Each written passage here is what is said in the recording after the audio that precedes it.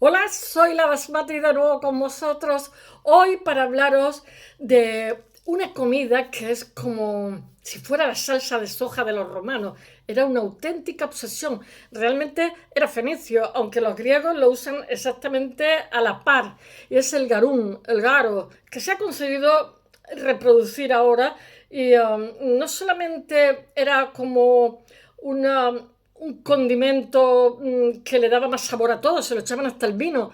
Había de muchas clases, de muchas calidades, casi todos producidos, como si dijéramos, entre Algeciras, Cádiz, Málaga, mi tierra, etcétera. O sea, exportábamos a Roma garum, porque digamos, el más habitual de calidad solía ser el de los boquerones. Se hacía también cuando los atunes cruzaban Gibraltar, iban a desovar y estaban como gorditos, ¿no? Entonces, si los pillaban ahí, pues porque el garum se hace mucho con el hígado, con los intestinos y tal, y entonces lo que se hace es que se pone hierbas aromáticas y se utiliza la sal también, pero no en una cantidad exagerada, porque el garum tenía que tener un punto. No era como. Lo que pasa es que, claro, evidentemente se trabajaba en la fábrica de Salazones, que había mucho, aquí había en varias. ¿Cómo se llama? José Antonio de Castro, bueno, mi profesor, habla sobre precisamente un yacimiento que hay, que muchas veces se hacía a mortero, eran como unas cubas y tenían que dejarlo reposar aproximadamente un mes, una cosa así, bastante, no sé si un mes o 3 meses, tiempo, ¿eh? Y tenían que ser muy cuidadosos en la elaboración y después en todo el proceso, porque de ahí dependía que se vendiera a un precio u otro. Después iba como en unas tinajas perfectamente sellado. Estas tinajas las usaban, digamos, los patricios si era caro, se compraba, o sea, se vendía a muy, muy buen precio, o la gente del pueblo si era más barato. Estas tinajas digamos, se destruían en un sitio en Roma, que ha constituido, Roma tenía 1 millón de habitantes, para que os hagáis una idea, casi una escombrera de restos, ¿no? Y muchas veces estas tinajas llevaban su sello de producción, que era como la marca, ¿no? Y bueno, fue consumidísimo. Y mi Portus Magnus, que es Almería, que era una colonia, exportó, también tiene una fábrica de salación tremenda, y exportó el garum. Y solamente deciros que, por ejemplo, hay un equivalente, creo que en Vietnam. El garum no solamente, al garum, no solamente es un fermentado, ¿no? El garum, que tenía un punto muy difícil, o sea, había que saber hacerlo. El garum se usaba también para temas medicinales, si te mordió un perro, si tenías problemas de incontinencia, si tenías problemas también de que no ibas al servicio, o sea, era usadísimo. Se utilizaba también para quitar las manchas del cutis que te hacía el sol, se utilizaba para muchísimas aplicaciones medicinales y seguramente debe ser un producto por las características que tiene beneficioso para la microbiota. Siempre gustaban más los atunes que cruzaban porque estaban gorditos y entonces toda esa grasa se utilizaba para el garum. Pero ahora os lo contaré también, se utiliza el mejor garum, dicen que es también de la morena, de la brótola, de roca. A mí me encanta la brótola, en mi tierra hay muchísima brótola y boquerones, como los malagueños, que son boquerones ellos. Y entonces, bueno, un poco como desde la bahía de Algeciras, digamos, Gibraltar y toda esta zona, porque tenía otros nombres, tenía, yo qué sé, Malaca, Sexy, etcétera. En mi tierra, yo sí que sé dónde hay restos fenicios, querido profe, te lo contaré un día, porque mi abuelo se dedicaba a estos temas también en plan aficionado, pero al final, con la destrucción que hicieron de la ciudad, o sea, es que no daban tiempo a que fuera un arqueólogo y levantar un plano, porque se suponía que podían tener la obra parada bastante tiempo. Entonces, en la época del desarrollismo, los finales de los 60, principios 70, mi ciudad fue abatida, que era una ciudad antigua y oriental, así, abatida, borrada del mapa. Y el ayuntamiento permitía, yo qué sé, los cubicajes gigantescos en calles que eran totalmente orientales, estrechas y laberínticas. Entonces, de ser una ciudad colonial con encanto, pasó a ser, yo qué sé, un ejemplo a no seguir en arquitectura, porque yo ahora mismo, si tengo que enseñar mi ciudad, no sé qué enseñar. O sea, es como un engendro pobrecilla. Pero me pasa como Sócrates, que decía, yo no quiero mi patria ni por guapa ni por rica, sino por mía. Es como nuestros niños, o sea, los queremos, porque es algo irracional y ya está, y porque somos sus madres. Pues yo mi ciudad la quiero igual, pero que la han barrido del mapa, han dejado la SEO, la catedral y la Alcazaba. De milagro, de milagro. Y encima en la SEO, en la catedral, han permitido que se construya muy cerca, lo cual es como un disparate. No sé, han destrozado conventos de trinitarios, yo qué sé, monumentos históricos, artísticos, los que quieras y más. No sé, yo pienso, porque todo eso lo he vivido, porque yo vivía en intramuros y sé todo lo que han borrado del mapa, que es mucho, muchísimo. Hasta mi padre se rasgaba las vestiduras y dice, pero ¿hasta dónde van a llegar? Porque la especulación, o sea, mi ciudad tuvo un crecimiento negativo desde una sequía en 1909, 1911 hasta 1970. En 1970 los que nacieron no se fueron y los que se fueron volvieron. Y entonces pasamos de ser una ciudad microscópica que no estaba en el mapa a tener un crecimiento bestial, porque también fue un boom de los invernaderos, etcétera. Por un lado, maravilloso, pero de 100.000 habitantes hemos pasado casi 1.000.000, nadie menos. Y eso, claro, ha hecho que hubiera una grandísima demanda de suelo, y eso ha hecho que barbaridades, barbaridades. Yo no sé, Ubisund, cualquier tipo pasado fue mejor para mí, por lo menos, porque era una ciudadcita, poblachón africano colonial. Bueno, el garum, por favor. Es un condimento, salsa de la antigüedad, que está, sobre todo, es que mirad, son los romanos los que difunden el garum, porque, como si dijéramos, tenían capacidad adquisitiva, tenían imperio, y entonces pues podían demandar a estas fabriquitas de garum que había por el sureste y el suroeste, sobre todo la bética, pero la penibética también había mucho. Podían demandar grandísimas cantidades, porque lo que mandaran se consumía, lo garantizo, era horroroso. Le echaban a todo, a la carne, al pescado, al vino, todo llevaba garum. Bueno, estaba la fábrica, las factorías estaban en España y se hacía con los hipogastros. Es que me ha hecho muchísima gracia ese término. Los hipogastros del atún, la morena, la caballa, etcétera. Su fábrica, su factoría sobre todo, fueron Gades, Cádiz, Baelo, Claudia, Sesi, Casalmuñeca, Hispalí, Sevilla, Malaca, Cretaria, Cartella y Ulitraducta. Bueno, he de decir también que en el Mediterráneo otro lugar de fábrica de garum era Cartago. Publicidad tengo. Cartago, que eran los fenicios africanos, que los romanos los detestaban, pero claro, tenían una agricultura increíble, porque estos fenicios eran, yo qué sé, emprendedores en todo, en el comercio, en la agricultura, o sea, eran fantásticos, o sea, eran súper negociantes, muy trabajadores, etcétera. Era una especie de Japo de la época, bueno, y muy imaginativo. Además, trajeron Oriente a Occidente, difundieron, hicieron de correa de transmisión cultural, os lo he dicho 1000 veces, pero eso sí. Y ellos fueron también porque os estoy contando, no es por chovirismo, que en nuestra zona, o sea, la bética y la penibética fueron fábricas, o sea, esta zona, que seríamos los bastetanos, yo que sé cómo se llama. Ya me he perdido, profe, con tanto mapa de íberos, celtas y no sé qué. Bueno, pues éramos la zona de la costa, la cornisa de la costa, los fabricantes, junto con Cartago, porque obviamente teníamos una zona de muchísimo pescado, ya no, porque se ha tirado, como se dice, dinamita, que son tan bárbaros, no hace ni 40 años. Yo he pescado mucho por mi padre y por eso tengo estas cositas. Y había pescado que ni te lo acababa, ¿eh? Y el pescado además es como la tierra, tiene como...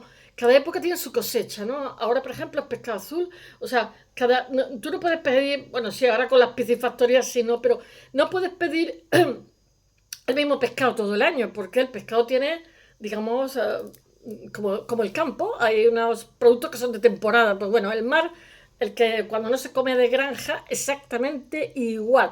Bueno, a ver si os cuento el garum. Madre mía, la bahía de Algeciras, etcétera. El estudio de estos restos arqueológicos en la antigua ciudad de Gades, y de otros asentamientos de la península ibérica, pues bueno, nos viene a decir que el boquerón, ¡qué bueno está! Y como antes era de pobre, ahora empieza a ser ya de rico.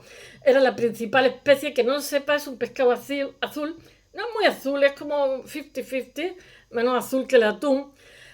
pero vamos, pertenece a esa familia, una especie usada en la elaboración del garum pseudo, era seguido de la sardina, el jurel, aquí hay jureles que no te los acabas, liza, la brótola de la roca, que os he dicho, la caballa, el rodaballo, aquí rodaballo ahora mismo nada más que de piscifactoría. Y además, os voy a decir una cosa, en Estambul he tomado yo muchos rodaballos, son así de grandes, pero después que me enteré, porque leí un libro de Günter Grass, que era el rodaballo, que se ponen gordos, van siguiendo a los mercantes, se van comiendo toda la basura que va tirando.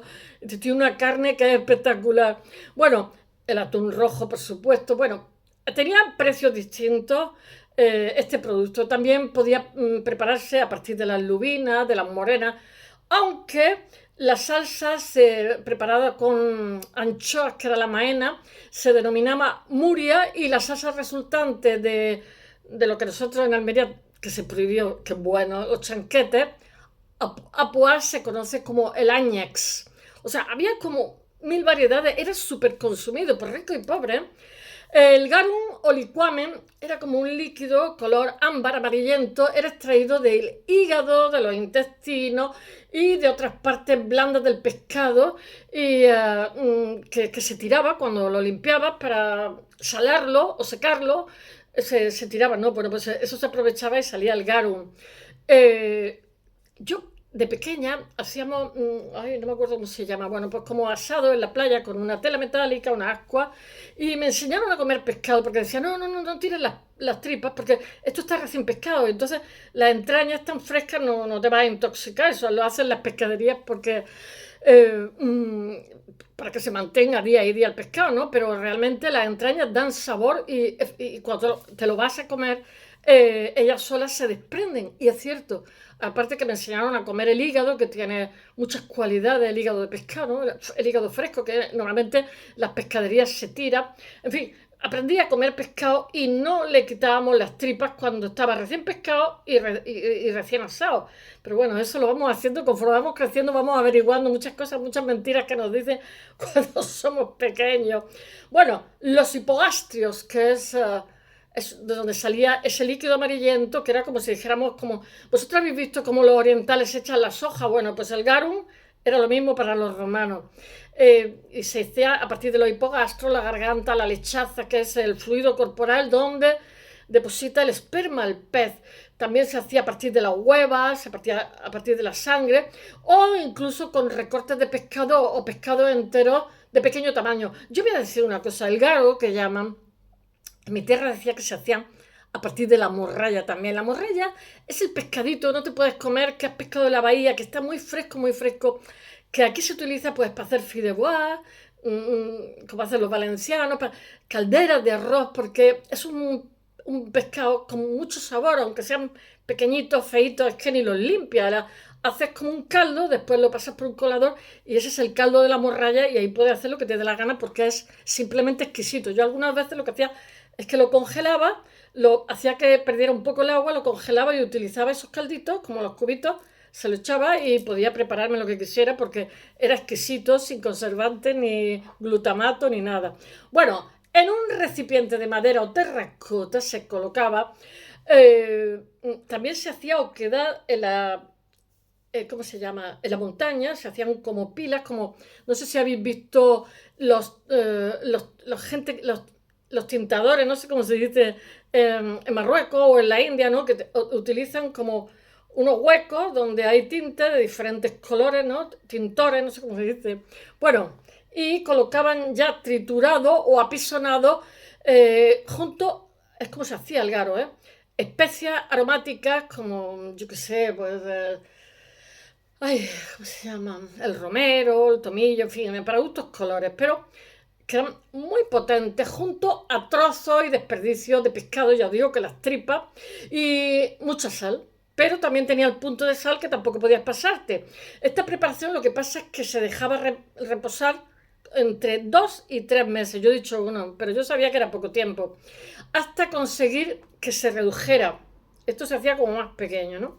Y los griegos y fenicios lo que pasa es que fabricaban un condimento cuyo ingrediente principal era un pez llamado garus. Entonces esto es una metonimia, es la parte por el todo, y que tal vez estos hayan introducido esta receta en lo que era nuestra península ibérica, que éramos los más fabricantes de garum. Entonces el pez que se llamaba garum, lo que pasa es que nosotros lo hacíamos con atún, con boquerones, con brótola, con caballa, bueno, con los bichos que había aquí, y nos salía muy bien porque se exportaba todo.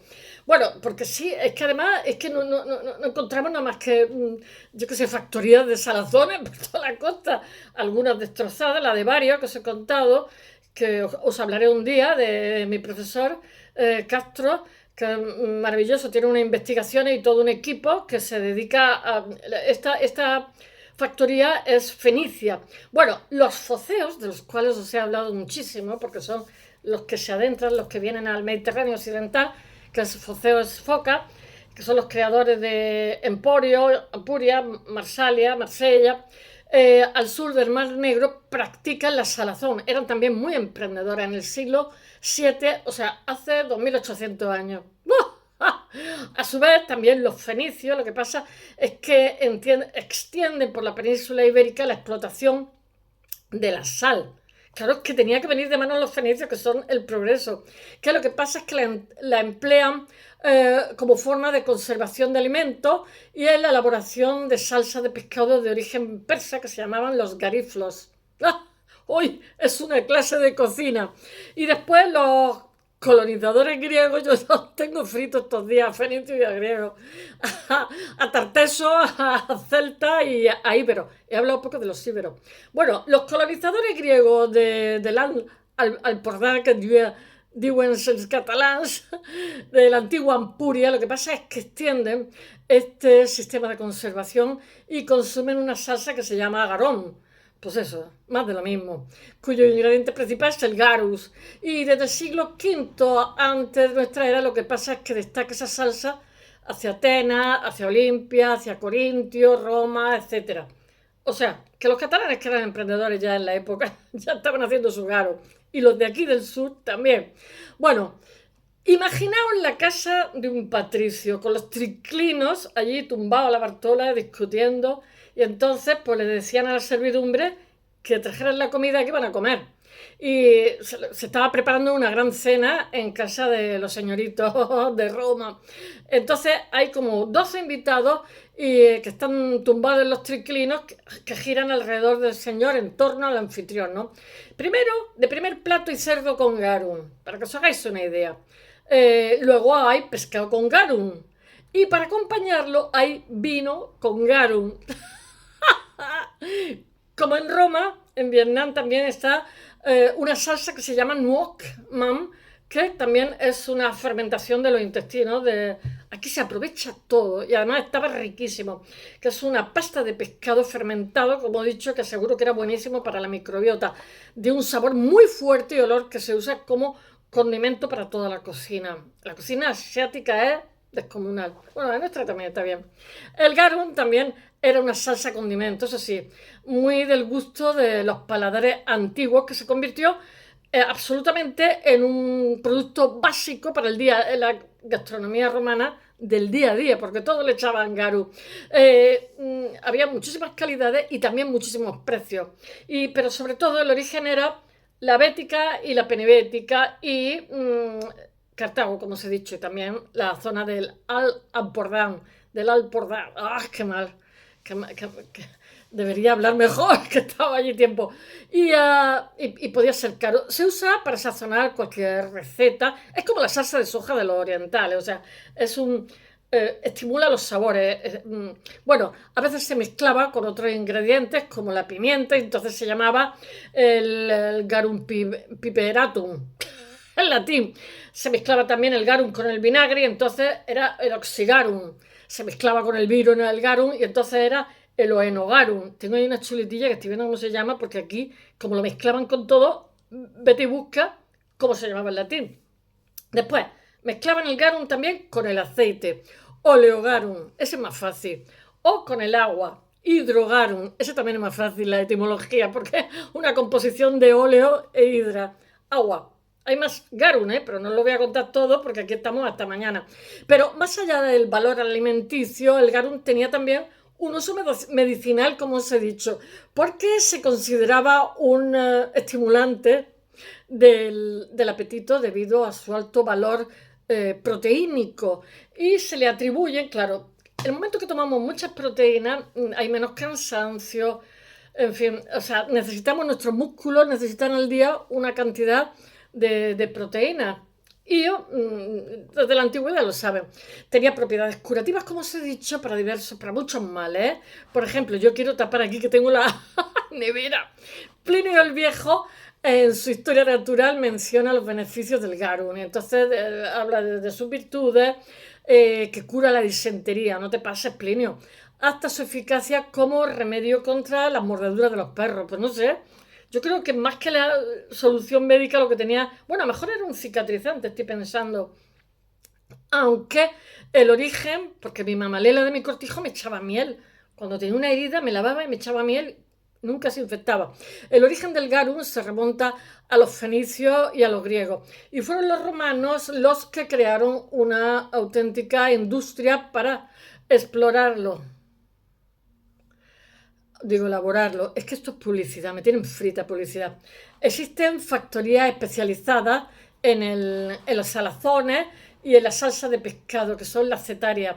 Y las más antiguas parecen entrar en funcionamiento en el siglo VI, como os he dicho, o sea, el 500 antes de Cristo. Eran estas fábricas, aquí está la orografía nuestra, está, las que se habrán perdido, claro. Estos lugares, lo que pasa es que estaban situados en la costa absolutamente y garantizaba el fácil acceso de la pesca, pescaban y trabajaban, y solían ubicarse fuera de lo que era el casco urbano, porque aquello olía a demonios. Contaban, claro, es que era una fermentación, tenéis que hacer la idea. Contaban con una especie de patio central, había unas salas para limpiar el pescado y lugares de almacenamiento. El elemento más identificable de estas factorías son las cubetas donde se producían los salazones. Estaban construidas a ras del suelo y normalmente, es que voy a ver si lo pongo en el blog para enseñar. Otra vez más llamada, normalmente en mortero, aunque se pueden encontrar excavadas en la roca y recubiertas por un opus signinum, que es un acabado muy resistente que garantiza la impermeabilidad, porque aquí también había, aunque tuvieran esclavos, había una inversión de horas de trabajo y, en fin. En las cetarias, que se obtenían dos tipos de productos. Por un lado estaba la salsamenta, que incluía todo tipo de conservantes de pescado y podían equivaler tanto a nuestro bacalao salado o a las sardinas viejas que conocemos de toda la vida de Dios. Y eso se llevaba, me imagino, que en los viajes largos, etcétera, etcétera. Se cortaban las piezas de pescado en rectángulo o cuadrado y se depositaban en las piletas entre capas de sal. Aquí en Almería había salinas, en Cabo de Gata había, pues digo, cada vez hay menos porque hay más presión del suelo, y en Roqueta. Y siempre los ingleses, que explotaban las dos, hablo del siglo XIX, preferían la sal de Cabo de Gata porque decía que era de más calidad. Yo siempre me ha llamado la atención. Supongo que es por las corrientes que tiene el mar en un sitio y en otro, la forma de depositar la sal. Digo, pero bueno, si la distancia tampoco es tan grande, porque decían que la sal de un sitio tenía más calidad, la concentración, no lo sé, siempre me dejaba, son conversaciones que oyes cuando eres pequeña y te dejan como intrigar, en plan de, pero ¿cómo es posible si el mismo mar y la misma sal? Bueno, lo que hacían es que rajaban el pescado para facilitar la penetración del conservante. Esta técnica, ya sabéis que en África los granadinos, cuando la presión con los castellanos, en fin, que firmaron un pacto de no agresión y después hicieron de mangas capirotes, fue una ocupación militar, lo que hicieron fue irse al Imperio Songhai Tombuctú, y lo que tenían hicieron de mercenarios y se promocionaron, y lo que hicieron fue las caravanas de sal por el desierto, eran los que custodiaban esas caravanas para que no fueran asaltadas. Y ya sabéis que en el desierto no hay nevera, o sea, lo que usaban era la sal como conservante de los alimentos. Entonces la sal era un negocio redondo. De hecho, el Imperio Songhai, que es la zona de Mali y todo esto, fue además Bueno, a ver, que estamos en Roma. Las técnicas de salazón eran de especial interés en una época en que la conservación de los alimentos era absolutamente problemática. En segundo lugar, se encontraban las salsas, siendo las más populares todas ellas, la del garum, por supuesto, que era súper popular entre ricos, pobres y todo el mundo. Y para su producción, que en realidad era como un líquido, las cubetas se llenaban con pequeños pescados, morralla, como se ha dicho, anchoas, caballas, incluso en fin, de todo. Las partes sobrantes del pescado de mayor tamaño y se iban colocando en capas como si fuera esta comida que hacemos italiana, que se van haciendo capas y capas alternas con sal y hierba, pero no llevaban muchísima sal y hierba aromática. Aquello tenía un punto que había que saber pillarlo. Las cosas fáciles siempre son difíciles, hacer unas croquetas, etc., porque tienen un punto que, como te salgas del punto, una chapuza, y no es fácil pillar el punto. Pero se dejaban al sol, como os he dicho, 2 o 3 meses, y después, pues el abastecimiento de sal, lo que pasa es que era imprescindible y los fenicios fueron los abastecedores oficiales. Era clave en este tipo de industria, pero la proporción entre el pescado y la sal tenía que ser muy precisa, como os he dicho, para evitar que el pescado se salara más de la cuenta y se transformara en la salazón que no quería que fuera, ¿no? Anteriormente mencionada, era como una salazón más light. El caso del garum, en cambio, se producía de forma natural. Había un proceso de fermentación durante lo cual las enzimas de los intestinos de los peces, junto con la acción de la sal, lo que pasa es que impedían que se iniciara el proceso de putrefacción, pero así todo debía de oler a demonios. Una vez terminada la fermentación, por eso estaba la salida de las ciudades, la pasta resultante se colaba para obtener el garum, que era un líquido ambarino y quedaba como una especie de líquido espeso de color ámbar. Una de las variedades de esta salsa era el liquamen, que en las fuentes escritas a veces se confunde con el garum. Y los residuos que quedan tras el colado se denomina el jalek. El jalek también se comercializaba. Aquí no se tiraba ni la punta en alfiler, aunque como un producto de calidad como más baja. Bueno, el líquido sobrante, que era una especie de salmuera, era la llamada muria. Aquí todo tenía paño, todo se colocaba. Las texturas y calidades del garum resultantes eran muy diversas, al igual que su precio, desde las variedades menos refinadas, accesibles a toda la población, hasta las más prestigiosas, eran consideradas productos de lujo. Era de gran fama el garum sociorum, que era producido en los alrededores de Cartagonova, nuestra Cartagena, que era la actual Cartagena. Después Plinio el Viejo lo ensalza comentando que era el mejor garum que había y que no existía ningún licor más caro que este.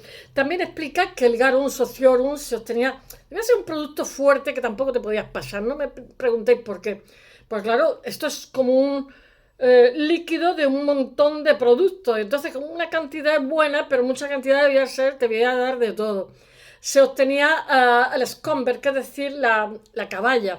Y también el geógrafo Estrabón, súper conocido, deja constancia de que este pez era, aquí caballa en Almería, bueno, hay las que quiera.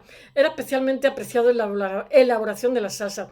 En la composición, el garum sociorum, es que era un garum sociólogo, en época del Bajo Imperio, comenzaron a destacar las factorías de la región de Armórica, que son Armórica en la actual Bretaña francesa, pero eran peores que los nuestros, los del sur, queridos franceses. Eh, Fabricaban productos de peor calidad, por lo tanto eran destinados a las clases más bajas, pobrecillos, y al ejército. Independientemente de la denominación del origen o calidad del garum, este se almacenaba en ánforas de cerámica que al transportarlo, muchas llevaban como la marca, lo he dicho, al transportarlo desde su lugar de fabricación hasta los confines del imperio, había, pues claro, romanos, pues el imperio, todo el Mediterráneo, prácticamente el norte de África, había muchos tipos de ánforas para almacenar el garum, pero eran diferentes de las empleadas para el transporte del aceite, del vino, etc. En ocasiones se conservan los tituli picti, que eran inscripciones que llevaban como el sello de la marca, la superficie del barro, ¿no? Que era como la etiqueta que indicaba pues la calidad o no calidad, el contenido que tenía el ánfora, ¿no? Es muy se destaca la presencia de ánforas garum en el yacimiento de Testaccio en Roma, que era un montículo donde se tiraban ahí, formado por los recipientes que llegaban a la urbe y que tras el consumo pues los dejaban ahí, los tiraban, se arrojaban ahí, que era como una escombrera de... Aunque el garum se producía en muy distintos lugares en la península ibérica, las factorías de salazones eran especialmente abundantísimas en las producciones de la Bética, que abastecía el imperio. La más famosa, lo he dicho, estaban en Andalucía occidental, bueno, y la oriental también, y entre las cuales despuntan pues Baero, Claudio, Bolonia, Cádiz, que se han estudiado de forma muy exhaustiva. Bueno, y el estrecho de Gibraltar lo que pasa es que era un espacio privilegiado para el abastecimiento del pescado como zona de paso de los atunes. Y que es la almadraba, que se sigue haciendo almadraba. Intentaban cazarlo cuando entraban más que cuando salían porque estaban más flacos, ya habían desobado. Y después la costa hasta Portugal, la desembocadura eran zonas con mayor concentración de factoría de la península. Bueno, Galicia y Gijón también fueron fabricantes de garum. Voy a dejarlo aquí, que son 30 minutos. Luego pondré el blog, que estoy hecho una gandula para el blog, pero para que os ilustre del garum. Y bueno, porque han aparecido muchísimas instalaciones. Y lo que pasa es que en la actualidad los cocineros han recobrado el garum. Bueno, espero que os haya gustado y hasta mañana. Bye.